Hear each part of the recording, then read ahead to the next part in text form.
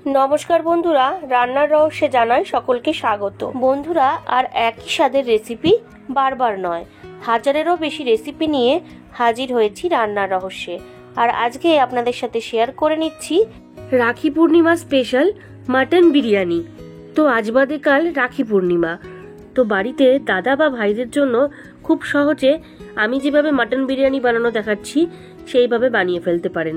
তো চলুন আর দেরি না করে এবার ঝটপট খুব সহজে মাটন বিরিয়ানিটা কিভাবে রেডি করছি দেখে নেওয়া যাক। তো মাটন বিরিয়ানি বানানোর জন্য এখানে আমি নিয়েছি 1 কিলো বাসমতি রাইস, যেটাকে আমি ভিজিয়ে রেখেছি। আর নিয়েছি প্রায় 1 কিলোর কাছাকাছি মাটন, এখানে রেয়াজি মাটন নিয়েছি। আর এই বাসমতি রাইসটাকে কিন্তু আমি 1 ঘন্টা থেকে 1.5 ঘন্টার কাছাকাছি জলে ভিজিয়ে রেখেছি। আর নিয়েছি দুধ, আর লাগবে এখানে দই, এখানে নিয়েছি খোয়া ক্ষীরটা অবশ্যই লাগবে। আর নিয়েছি এখানে গোটা গরম মশলা, লঙ্কার গুঁড়ো, হলুদ গুঁড়ো, বিরিয়ানি মশলা, আর এখানে আলু বোখরা নিয়েছি বেরেস্তার জন্য পেঁয়াজ, তেজপাতা, মিঠা আতর, রোজ এসেন্স, কেওড়া জল, ঘি, আলু তো অবশ্যই লাগবে, আদা বাটা, রসুন বাটা, লঙ্কা বাটা। তো সবার প্রথমে ভাতটা রেডি করে নিচ্ছি। তার জন্য গরম জলের মধ্যে 3টে তেজপাতা, গোটা গরম মশলা, এলাচ, দারচিনি, লবঙ্গ, গোলমরিচ, সামান্য পরিমাণে লবণ দিয়ে দিলাম, অর্থাৎ পরিমাণ অনুযায়ী 1 কেজি চালের জন্য যতটা লাগবে, দিয়ে ভালো করে মিশিয়ে নিলাম, দিয়ে একটু ফুটতে দেব। তো জলটা কিন্তু ফুটে গেছে। এইবার 1 ঘন্টা থেকে 1.5 ঘন্টার কাছাকাছি যে চালটা আমি ভিজিয়ে রেখেছিলাম সেখান থেকে জল ঝরিয়ে নিয়ে চালটা আমি দিয়ে দিচ্ছি। আর বন্ধুরা, বিরিয়ানির রাইসটা কিন্তু কখনোই কমপ্লিট হবে না, এখানে 60 to 70% আমি চালটাকে রেডি করে নেব। তো দেখুন, সম্পূর্ণ চাল দিয়ে দিলাম, দিয়ে ভালো করে একটুখানি মিশিয়ে দিচ্ছি। মিশিয়ে দিয়ে এবার ভাতটাকে আমি অর্থাৎ চালটাকে আমি রেডি করে নিচ্ছি। তো বন্ধুরা, বিরিয়ানির চালটা রেডি হচ্ছে, সেই সময়ের ফাঁকে আমি একটা মশলা রেডি করে নিচ্ছি। তার জন্য 1 টেবিল স্পুন রসুন বাটা, 1 টেবিল স্পুন আদা বাটা, আর 2 টেবিল স্পুনের কাছাকাছি লঙ্কা বাটা একটা স্টেনারের মধ্যে দিয়ে নিলাম। দিয়ে নিয়ে একটু জল দিয়ে দিলাম। জল দিয়ে ভালো করে একটা স্পুনের সাহায্যে এইভাবে স্টেনারের গায়ে মানে চেপে চেপে আমি আদা, রসুন আর লঙ্কার জুসটাকে বার করে নিচ্ছি। মানে বাটার পরে যে জুসটা থাকে সেটা আমি বার করে নিলাম। এইবার 2 কাপের মধ্যে আমি দুধ নিয়েছি, ঈষদুষ্ণ গরম দুধ। এবার একটা দুধের মধ্যে আমি বিরিয়ানি মশলা দিয়ে দিচ্ছি। আর পাশের কাপের দুধে কিন্তু আমি ওই 2 পিঞ্চ মতন কেশর দিয়ে দিয়েছিলাম, তার জন্য খুব সুন্দর একটা কালার চলে এসেছে। কেশরটাকে শোক করে রেখেছিলাম গরম ঈষদুষ্ণ দুধের মধ্যে। আর এখানে কিন্তু প্রায় 1.5 টেবিল স্পুন বিরিয়ানি মশলা আমি ভিজিয়েছি। এইবার কেশর ভেজানো দুধের মধ্যে দিয়ে দিচ্ছি রোজ ওয়াটার 2 ড্রপ, তার বেশি লাগবে না। আর দিয়ে দিচ্ছি ওই 1 ঢাকনা মতন কেওড়া ওয়াটার, দিয়ে ভালো করে এবার মিশিয়ে নেব। তো বন্ধুরা, ফাইনালি বিরিয়ানি রাইসটা আমার রেডি হয়ে গেছে। 10 মিনিট লেগেছে আমার রাইসটা রেডি হতে, আর 60 to 70% কিন্তু রেডি করেছি। এইবার আমি ফ্যানটাকে ঝরিয়ে নেব। তো বিরিয়ানির রাইসটা রেডি করে নেওয়ার পরে একটা বড় জায়গায় আমি রাইস ব্র্যান অয়েলের পাশাপাশি তার মধ্যে 1 টেবিল স্পুন ঘি দিয়ে দিলাম। ঘিটাকে আর তেলটাকে ভালো করে মিশিয়ে নিলাম। খুব ভালো করে সমস্ত ঘি আর তেল গরম হয়ে গেছে। এইবার বেরেস্তাটা রেডি করে নিচ্ছি। এবার সম্পূর্ণ পেঁয়াজটা দিয়ে দিচ্ছি, দিয়ে ভালো করে এবার লাল লাল করে ভেজে নেব। বেরেস্তা ভাজতে তো আমরা সবাই পারি, তাই সম্পূর্ণটা দেখালাম না। তো দেখুন, খানিকটা বেরেস্তা ভেজে আমি কিন্তু তুলে নিয়েছি, আর বাকিটুকু রেখেছি। এইবার বাকি বেরেস্তাটার মধ্যে আমি দিয়ে দিলাম 1 কাপ পরিমাণে জলটা দিয়ে ভালো করে পেঁয়াজটাকে এবার জলের মধ্যে ফুটতে দেব। এইবার কয়েকটা বেসিক মশলা আমি এর মধ্যে দেব। দিয়ে দিচ্ছি পরিমাণ অনুযায়ী লবণ, আর তার পাশাপাশি দিয়ে দিচ্ছি এখানে লঙ্কার গুঁড়ো দিয়ে দিচ্ছি ওই 1/2 চামচ মতন। আর তার পাশাপাশি দিয়ে দেবো হলুদ 1 টিস্পুন মতন হলুদ দিয়ে দিলাম। দিয়ে এবার ভালো করে সমস্ত কিছু মিশিয়ে নেব। খুব ভালো করে মিশিয়ে নিচ্ছি। দেখুন, এবার একটা উবালও চলে এসছে, অর্থাৎ ফুটতে শুরু করেছে। এইবার আলুগুলো দিয়ে দিচ্ছি। আর আলুগুলোর গায়ে কিন্তু কাঁটা চামচের সাহায্যে একটু কেটে কেটে নিয়েছি, অর্থাৎ ছিদ্র করে নিয়েছি, যাতে আলুটার মধ্যে সমস্ত কিছু খুব ভালোভাবে ঢুকে যায় বা অ্যাবজর্ব করতে পারে আলুটা। দিয়ে ভালো করে মিশিয়ে নিয়ে এবার ঢাকা দিয়ে দিচ্ছি যতক্ষণ না আলুটা খুব ভালোভাবে কুক হয়ে যায়। প্রায় মিনিট 15-20 বাদে ফিরে এলাম। আপনারা দেখুন আলু কিন্তু আমি ভাজিনি, অথচ আলুতে খুব সুন্দর একটা কালার চলে এসেছে আর আলুটা খুব ভালোভাবে সেদ্ধও হয়ে গেছে।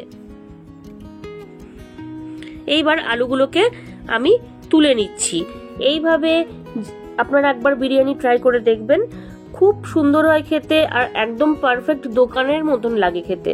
তো এবার সমস্ত আলু আমি তুলে নিচ্ছি, এর থেকে বেশি আর সেদ্ধ করার প্রয়োজন নেই। তো আপনারা দেখুন সমস্ত আলুগুলো কিন্তু আমি তুলে নিলাম।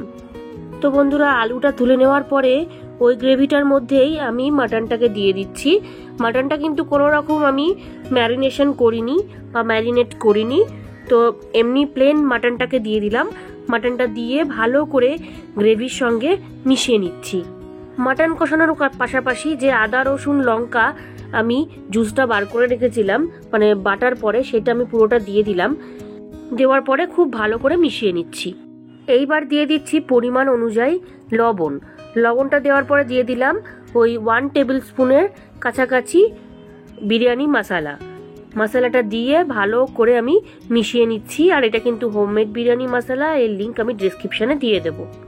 এইবার দিয়ে দিচ্ছি গরম মশলার গুঁড়ো, ওই 1 টিস্পুন মতন দিয়ে দিলাম। দিয়ে এবার সমস্ত কিছু খুব ভালো করে মিশিয়ে নিচ্ছি। গুঁড়ো মশলাটা মেশানোর পরে দিয়ে দিলাম 1/2 কাপ ফ্যাটানো টক দই। টক দইটা দিয়ে ভালো করে আবারও মিশিয়ে নিচ্ছি। আর এই সময় কিন্তু ফ্লেমটাকে একদম হালকাতে রেখেছি, অর্থাৎ লোতে রেখেছি, দিয়ে ভালো করে দেখুন মিশিয়ে নিচ্ছি। তো বিরিয়ানিতে যা যা লাগবে অর্থাৎ মাটনে সব কিছু আমি দিয়ে দিয়েছি, দিয়ে ভালো করে মিশিয়ে নিয়েছি। মিশিয়ে নিয়ে এবার 20 থেকে 25 মিনিটের জন্য ঢাকা দিয়ে দিলাম। 20 থেকে 25 মিনিট বাদে ফিরে এলাম। আপনারা দেখুন মাটনের কত সুন্দর কালার এসছে আর দেখতে কিন্তু প্রচন্ড লোভনীয় হয়েছে। এইবার এর মধ্যে আমি দিয়ে দিচ্ছি আলু বোখরা। 2টো আলু বোখরা আমি দিয়ে দিচ্ছি, দিয়ে আলতো করে আমি একটুখানি মিশিয়ে নিচ্ছি। আলু বোখরা দেওয়ার পরে আমি আরেকবার একটু ঢেকে দিয়েছিলাম। তো দেখুন ফাইনালি বন্ধুরা, মাটন বিরিয়ানির মাটন কিন্তু একদম রেডি হয়ে গেছে। আমি একটু কাছ থেকে আপনাদেরকে দেখিয়ে দিচ্ছি কতটা লোভনীয় হয়েছে দেখতে। তো এইবার মাটনগুলোকে আমি গ্রেভির থেকে তুলে নেব। তো আপনারা দেখুন আমি মাটনগুলো গ্রেভির থেকে তুলে নিচ্ছি। অবশ্যই কিন্তু এই স্টেপটা করবেন। আমি ঠিক যেরমভাবে আপনাদের সাথে শেয়ার করলাম মাটন বিরিয়ানিটা, এইভাবে একবার বাড়িতে অবশ্যই ট্রাই করুন। আশা করি আপনাদের খুব ভালো লাগবে আর খেতে কিন্তু অসাধারণ হয়। তো দেখুন তুলে নিলাম। আর এই গ্রেভিটা কিন্তু পরে আমি বিরিয়ানিতে মেশাবো। এইবার আমি যেটাতে বিরিয়ানি রেডি করব সেই কড়াইতে বেশি করে একটু ঘি মাখিয়ে নিচ্ছি। একটু দরা জাতীয় ঘিটা দিয়েছি। তো ঘি দেওয়ার পরে মাটনগুলো আমি কড়াইতে এইভাবে ঢেলে দিলাম, অর্থাৎ খুব মানে এদিক ওদিক সাজিয়ে গুছিয়ে দিলাম না, জাস্ট একটুখানি ক্যাজুয়াল ভাবে ঢেলে দিলাম। এইবার সেদ্ধ করে নেওয়া আলুগুলো মাটনের মাঝে এইভাবে দিয়ে দিলাম। আলু দেওয়ার পরে যে মাটনের গ্রেভিটা ছিল, অর্থাৎ যেটা আমি সবশেষে রেখে দিয়েছিলাম, সেটা আমি গ্রেভিটা উপর দিয়ে এইভাবে ছড়িয়ে দিচ্ছি।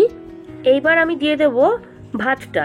আমি কিন্তু পুরো ভাতটাই দিয়ে দেবো, আর এক্সট্রা করে কিন্তু লেয়ার করব না, এখানে একটাই লেয়ার হবে। তো পুরো ভাতটা দেওয়ার পরে যে বিরিয়ানি মশলাটা দুধে ভিজিয়ে রেখেছিলাম সেটা ওপর দিয়ে এইভাবে ঢেলে দিলাম বা ছড়িয়ে দিলাম। এইবার দিয়ে দিচ্ছি ওপর দিয়ে ভেজে রাখা পেঁয়াজ বেরেস্তাটা পুরোটা দিয়ে দিলাম এইভাবে। এইবার খোয়া ক্ষীর আর কেশর ভেজানো দুধটা দিয়ে দেবো। তার জন্য এই কেশর ভেজানো দুধের মধ্যে আমি খোয়া ক্ষীরটাকে দিয়ে দিচ্ছি যতটুকু লাগবে, দিয়ে ভালো করে দেখুন মিশিয়ে নিচ্ছি। খুব ভালো করে মিশিয়ে নিলাম দেখুন। এবার ওপর দিয়ে এইভাবে খোয়া ক্ষীর মেশানো কেশর ভেজানো দুধটা দিয়ে দিচ্ছি। এইভাবে বারবার বলছি আপনারা এইভাবে একবার ট্রাই করে দেখুন, খুব ভালো লাগবে খেতে। এইবার দিয়ে দিচ্ছি মোস্ট ইম্পর্টেন্ট বিরিয়ানি সেন্ট, অর্থাৎ মিঠা আতর। যতটা লাগবে ততটুকু আমি ওপর থেকে এইভাবে দিয়ে দিলাম। সব শেষে ওপর দিয়ে দিচ্ছি ঘি, খুব বেশি না, মোটামুটি। আর সবশেষে দিয়ে দিচ্ছি মাটনের যে গ্রেভিটা ছিল তার উপর থেকে কিছুটা তেল আমি তুলে রেখেছিলাম, সেই তেলটা লাস্টে দিয়ে দিচ্ছি। তো ফাইনালি মাটন বিরিয়ানি রেডি হয়ে গেছে। আর চারিদিকে লক করার জন্য একটুখানি আটা দিয়ে দিচ্ছি। এবার ঢাকনাটাকে আটকে দেবো, আটকে দিয়ে দমে বসিয়ে দেবো। দমে প্রায় আধ ঘন্টা লো ফ্লেমে আমি দম দেবো। তাহলে একদম পারফেক্ট দম হবে। তো দেখুন বসিয়ে দিলাম, তার জন্য একটা তাওয়া বসিয়ে দিয়েছি, তাওয়ার ওপরে এইভাবে বসিয়ে দিলাম। আধ ঘন্টা বাদে ফিরে এলাম। আপনারা দেখুন রাখি স্পেশাল মাটন বিরিয়ানি কিন্তু একদম রেডি হয়ে গেছে, আর কতটা লোভনীয় হয়েছে দেখতে। আমি একটু আপনাদের কেটে দেখিয়ে দিচ্ছি যে কতটা ঝরঝরে হয়েছে, আর একটা চালও কিন্তু ভেঙে যায়নি। তো বন্ধুরা, এর আগেও কিন্তু আমার চ্যানেলে বিরিয়ানির রেসিপি দেওয়া রয়েছে, আপনারা আমার চ্যানেল পেজে গেলেই সেখান থেকে রেসিপিগুলো দেখে নিতে পারবেন। আর ভালো লাগলে অবশ্যই একটা লাইক কমেন্ট করতে ভুলবেন না। আর বিরিয়ানিটা কিন্তু একদম জুসি হয়েছিল, পারফেক্ট দোকানের মতন। তো আমি একটা প্লেটে আপনাদেরকে একটু ঢেলে দেখিয়ে দিচ্ছি যে কতটা ঝরঝরে হয়েছে বিরিয়ানিটা। তো দেখুন, আপনারা দেখেই তো বুঝতে পারছেন। আর এই ভিডিওটা এডিটিং করতে গিয়ে আমার কিন্তু খুবই লোভ লাগছিল, মনে হচ্ছিল যদি এক প্লেট পেতাম। তো বন্ধুরা, কেমন লাগলো আমাকে অবশ্যই জানাবে। আজকের recipe Rakhi Purnima special mutton biryani আমার একদম রেডি। ভালো লাগলে বাড়িতে অবশ্যই ট্রাই করবেন ও টেস্টের আনন্দ নেবেন। তার পাশাপাশি লাইক, শেয়ার, কমেন্ট করতে ভুলবেন না। আর নতুন বন্ধুরা যারা এখনো পর্যন্ত আমার চ্যানেলটিকে সাবস্ক্রাইব করেননি, তারা আরো ভালো ও নতুনত্ব রেসিপির জন্য রান্নার রহস্যকে অবশ্যই সাবস্ক্রাইব করবেন। ধন্যবাদ।